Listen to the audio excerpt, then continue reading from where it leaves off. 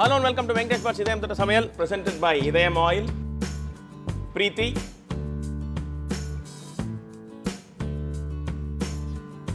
and Paris Sugar. Paris outside, Nambika inside.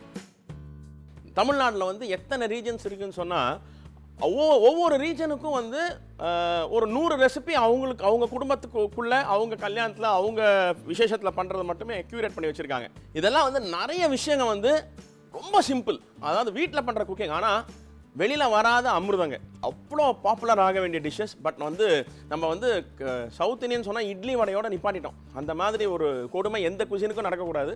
நம்ம தமிழ்நாட்டில் இருக்கிற டிஷ்ஷஸ் வந்து ஒவ்வொன்றும் வந்து நவரத்ன மாதிரி தனித்தனியாக it can give us name. அந்த மாதிரி டிஷ்ஷஸ், அது மாதிரி ஒரு டிஷ் இது.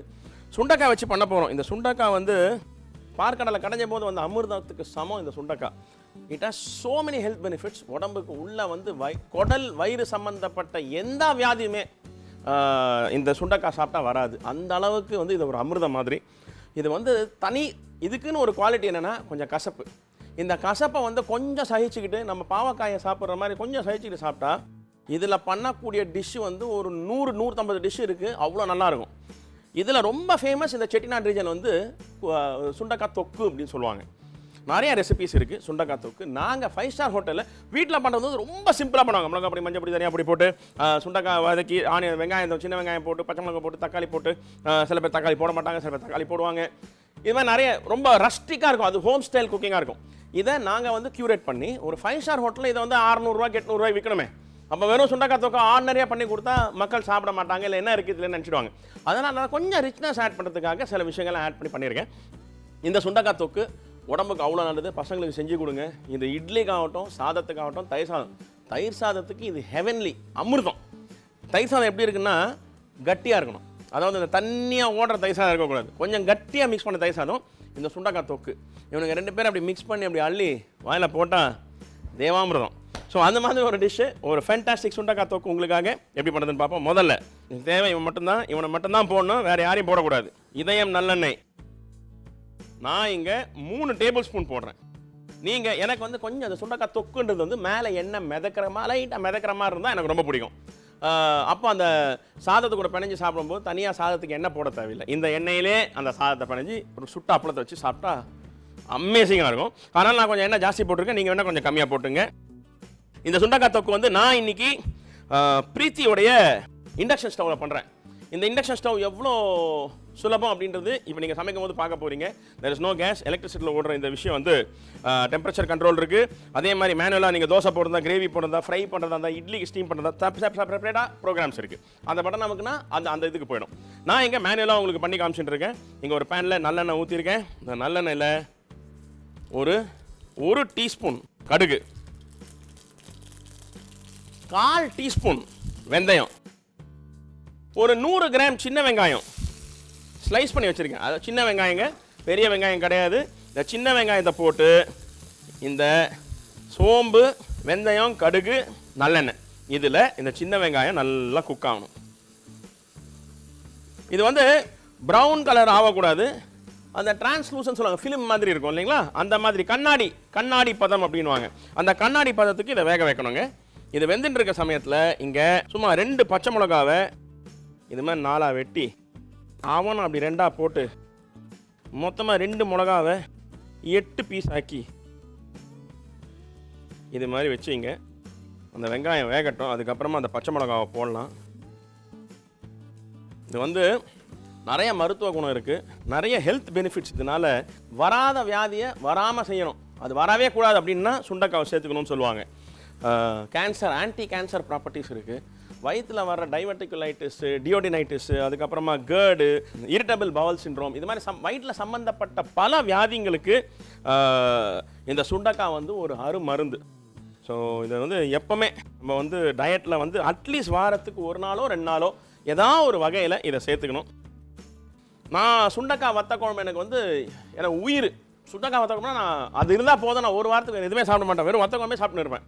அவ்வளோ பிடிக்கும். ஆனால் சுண்டக்காய் வத்த குழம்பு சுண்டக்காய் இருந்தால் கூட ஹெல்த் பெனிஃபிட் பார்த்தீங்கன்னா அந்த சுண்டக்காய் மட்டும் தான் ஹெல்த் பெனிஃபிட். மற்றது எல்லாம் வந்து உடம்புக்கு அந்த அளவுக்கு நல்லது இல்லை. காரம் ஜாஸ்தி, எண்ணெய் ஜாஸ்தி, புளி போட்டு வேகாதனால புளி, இவங்க எல்லாருமே வந்து அசிடிட்டி இருக்கிறவங்க, இங்கேருந்து இங்கே வரைக்கும் இருக்கிற பிரச்சனை இருக்கிறவங்களுக்கு நல்லது கிடையாது வத்த குழம்பு. ஆனால் இது அப்படி கிடையாது. இது வந்து எல்லாமே இருக்குது, எண்ணெயும் இருக்குது, புளியும் இருக்குது, காரமும் இருக்குது. ஆனால் சுண்டக்காய் வந்து நம்ம பச்சை சுண்டக்காய் போட்டு அந்த மசாலாலாம் குறைச்சி போட்டு, சுண்டக்காய் தான் ஹீரோ இதில். ஸோ ஜாஸ்தி சுண்டக்காய் இருக்கிற ஒரு டிஷ் இது தொக்கு. ஓகே, இப்போ பாருங்கள், இந்த வெங்காயம் வந்து கண்ணாடி பதத்துக்கு வந்துருச்சு. ஒரு 2 பச்சை மிளகாவை நான் 8 கீறி வச்சுருந்தேன், அவனையும் அவன் மண்டை மேலே கொட்டி இது மாதிரி மிக்ஸ் பண்ணி. சில பேர் தக்காளி போட மாட்டாங்க. பாருங்கள், நான் இப்போ ஒரு 4 கருவேப்பிலையும் போட்டுறேன். சில பேர் தக்காளி போட மாட்டாங்க, வெறும் புளி மட்டும் தான் போடுவாங்க. நாங்கள் இங்கே 5 ஸ்டார் ஹோட்டலில் அந்த ஒரு மாதிரியான கிரேவி கன்சிஸ்டன்சி வரணுன்றதுக்காக இந்த சேஞ்ச் கொண்டு வந்துட்டு, நீங்கள் வேணும்னா போடலாம், வேணாட்டி அவாய்ட் பண்ணுங்க. ஒரிஜினல் ரெசிபியில் தக்காளி கிடையாது. ஓகே, இந்த வெங்காயம் இது மாதிரி கண்ணாடி மாதிரி ஆனோன்னே கருவேப்பிலையை போட்டுட்டு தக்காளி ஆட் பண்ணுங்க. நான் ஒரே ஒரு தக்காளி ஆட் பண்ணியிருக்கேன். இந்த தக்காளி ஆட் பண்ணிவிட்டு இவனுங்களை நல்லா மிக்ஸ் பண்ணுங்க.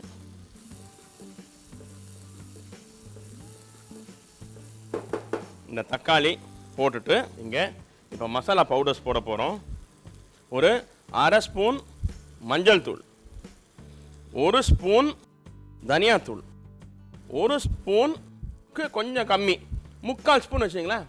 ஒரு 3/4 அரைக்கு ஜாஸ்தி 3/4 கம்மி, அந்த அளவுக்கு மிளகாத்தூள். இது 3த்தையும் போட்டு இந்த டிஷ்ஷுக்கு தேவையான உப்பு போட்டுட்டு இவனுங்களை எல்லாரையும் மிக்ஸ் பண்ணுங்க.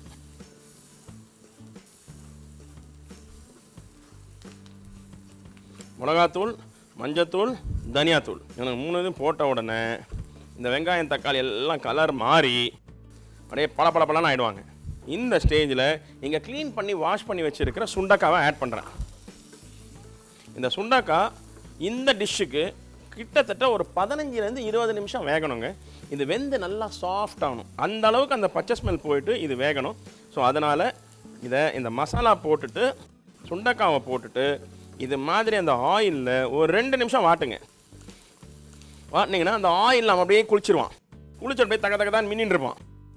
அவன் மின்ற ஸ்டேஜில் அவன் மண்டை மேலே சும்மா 1.5 டம்ளர் தண்ணி,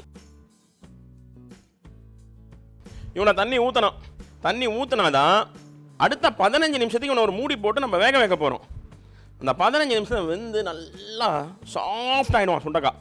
இப்போது இது வந்து நல்லா ஒரு கொதி வந்துருச்சு. இந்த ஸ்டேஜில் நான் சும்மா இந்த பாருங்கள், நான் இங்கே போட்டுக்க வந்து 200 கிராம் சுண்டக்காங்க. இது வந்து ஒரு 4 பேர் இருக்கிற வீட்டில் ஒரு வேலைக்கு போதும், அவ்வளோதான் வரும் தொக்கு. ஸோ அந்த குவான்டிட்டி நான் பண்ணும்போது இங்கே ஒரு 25லேருந்து 30 கிராம் புளி, அதை ஒரு 50லேருந்து 75 கிராம் தண்ணியில் ஊற வச்சு இங்கே புளி தண்ணி எடுத்து வச்சுருக்கேன். அந்த புளி தண்ணி அதில் ஆட் பண்ணுறோம். ஆட் பண்ணி இவனை நல்லா மிக்ஸ் பண்ணிவிட்டு இப்போ மூடி போட்டு 15 நிமிஷம் கொதின்னு கொதிக்க வைக்க போகிறோம். ஓகே, 15 நிமிஷம் கழிச்சு ஓப்பன் பண்ணலாம். பா, இது வந்து எதாவது அப்பார்ட்மெண்ட்டில் பண்ணிங்கன்னு வச்சிங்களேன், முழு அப்பார்ட்மெண்ட்டில் கேட்பாங்கப்பா என்னப்பா சமைக்கிறீங்க, இந்த மாதிரி ஸ்மெல் வருது அப்படின்னு. இந்த ஸ்மெல்லிலே பசிக்க ஆரம்பிக்கும். எங்கப்பா ஒயிட் ரைஸ் எங்கே, வேக வச்ச சாதம் கொடுங்க அப்படின்னு சொல்லி கேட்க தோணும். அந்த மாதிரி ஒரு அரோமா வரும். ஒன்றுமே இல்லை, அந்த வெந்தயம், சின்ன வெங்காயம், அந்த மிளகாத்தூள், மஞ்சள், தனியாத்தூள் போட்டிருக்கோம். அதிலே வந்து இவ்வளோ மனம் வருது அந்த சுண்டக்காய் சேர்ந்த ஒன்று. இந்த ஸ்டேஜில் நம்ம இங்கே பொடிச்ச வெல்லம் வச்சுருக்கேங்க, ஒரே 1 டீஸ்பூன். இது ஒரிஜினல் ரெசிபியில் கிடையாது, நான் இதில் ஆட் பண்ணுறேன். 2 விஷயம். ஒன்று, இந்த கசப்புக்கு அந்த காரத்துக்கும் மைல்டு ஸ்வீட்னஸ் புளி கூட சேரும்போது ரொம்ப நல்லாயிருக்கும். 2வது, இந்த டிஷ்ஷுக்கு அந்த வெல்லம் போட்டோன்னே அந்த கலரோட கிளேஸ் ஒன்று கொடுக்கும், அந்த ஸ்டிக்கி கிளேஸ் ஒன்று கொடுக்கும். அந்த கிளேஸ் வந்து இந்த டிஷ்ஷுக்கு ஒரு எக்ஸ்ட்ரா ஒரு லுக்கு கொடுக்கும். ஸோ இதெல்லாம் வந்து நாங்கள் 5 ஸ்டார் ஹோட்டலில் பண்ணுறது. இந்த வெல்லம் தக்காளி நாங்கள் ஆட் பண்ணது, ஒரிஜினல் ரெசிபியில் கிடையாது. செட்டிநாட் குசின் தெரிஞ்சவங்க எனக்கு தெரியும், கொதிச்சுக்கிட்டு இருப்பீங்க, எப்படி நீ தக்காளி போட்டேன், எப்படி நீ வெல்லம் போட்டேன்னு கேட்பீங்க. ஆனால் இது வந்து நான் வந்து 5 ஸ்டார் ஹோட்டலில் பண்ணுறது, அதனால் நான் வந்து இந்த ஸ்டைல் சொல்லி கொடுத்துருக்கேன். நீங்கள் வெல்லம் போடாதீங்க, தக்காளி போடாதீங்க. அந்த டேஸ்ட் நான் சொல்கிறது புரிகிறவங்க அதை போட்டுருங்க. ஓகே, இப்போ நல்லா கன்சிஸ்டன்சி திக்காக இருக்கு. இந்த ஸ்டேஜில் இங்கே நான் ரெகுலர் சாம்பார் பொடி வச்சுருக்கேன். நம்ம கடைகளில் வாங்க தான் சரி, இல்லை நான் ஒரு சாம்பார் பொடி பண்ணி காமிச்சேன் என்னோடய யூடியூப் வீடியோவில், அந்த சாம்பார் பொடி இருந்தாலும் சரி, மொத்தத்தில் ஒரு சாம்பார் பொடி. அந்த சாம்பார் பொடி 1 டீஸ்பூன், 200 கிராம் தான் நான் சுண்டக்காய் போட்டிருக்கேன். திருப்பி சொல்கிறேன், அந்த 200 கிராம் சுண்டக்காய்க்கு ஒரே 1 டீஸ்பூன் தான் நான் சாம்பார் பொடி போட்டிருக்கேன். சாம்பார் பொடியை போட்டுட்டு இதை நல்லா மிக்ஸ் பண்ணிவிட்டு இறக்கிறதுக்கு முன்னாடி ஒரு 1/4 ஸ்பூன் பெருங்காயம் போட்டுட்டு இதை நல்லா மிக்ஸ் பண்ணிடுங்க.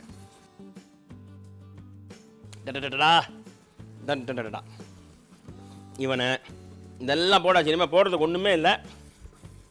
தொக்கு கன்சிஸ்டன்சிக்கு இவனை இப்படி குக் பண்ணுறோம். இவன் ஒரு 10 நிமிஷம் எக்ஸ்ட்ரா குக் பண்ணாலும் தப்பு இல்லை. இந்த சுண்டக்காய் வேக வேக வேக வேக நல்லாயிருக்கும் சாப்பிட்றதுக்கு. இவனை இறக்கிறதுக்கு முன்னாடி இவன் மண்டை மேலே ஒரு 2 டீஸ்பூன் நல்லெண்ணெய் இந்த மாதிரி மலை சாரல் மாதிரி தெளித்து விட்ருங்க. தெளித்து விட்டுட்டு ஆஃப் பண்ணிடுங்க. ஆஃப் பண்ணிவிட்டு இவனை இப்படி ஒரு பெரட்டு, அப்படி ஒரு பெரட்டு. என்ன சொல்வீங்க? இப்படி ஒரு தபா, அப்படி ஒரு தபா பண்ணிட்டீங்கன்னா லபலபா ஒரு ஃபேண்டாஸ்டிக் செட்டிநாட் சுண்டக்காய் தொக்கு. One of my favourites. நம்பி செய்யலாம். மத்தியானத்துக்கு ஆகட்டும், சாயங்காலத்துக்கு, டிஃபனுக்கு, அதாவது கல் தோசைக்கெல்லாம் வந்து பிரமாதமாக இருக்கும். ரைஸுக்கு தயிர் சாதத்துக்கு மட்டும் இல்லை, கல் தோசைன்னு ஒன்று பண்ணுவாங்க. செட்டிநாட்டில் கனமாக ஒரு தோசை பண்ணுவாங்க, எண்ணெயே போடாமல் மூடி போட்டு குக் பண்ணுவாங்க. சாஃப்டாக இருக்கும், பஞ்சு மாதிரி இருக்கும். அதுக்கு இளந்தோசை இப்போ ரொம்ப ஃபேமஸாக இருக்குது வெள்ளை கலரில். நம்ம கர்நாடகாவில் நீர் தோசை பண்ணுவாங்கல்ல, அதே மாதிரி இங்கே இளந்தோசைன்னு ஒன்று ஃபேமஸாக இருக்குது. அந்த இளந்தோசை அது கூட கல் தோசை கூட ஒயிட் ரைஸ் கூட கர்ட் ரைஸ் கூட எக்ஸலண்ட்டாக இருக்கிற ஒரு ஃபென்டாஸ்டிக் சுண்டக்காய் தொக்கு. பாரம்பரியமான செட்டிநாட் கிச்சன் உங்களுக்காக இதயம் தோற சமையலில் செஞ்சு பாருங்கள், என்ஜாய் பண்ணுங்கள், மற்றவங்களுக்கும் கற்றுக் கொடுங்க, சந்தோஷப்படுங்க.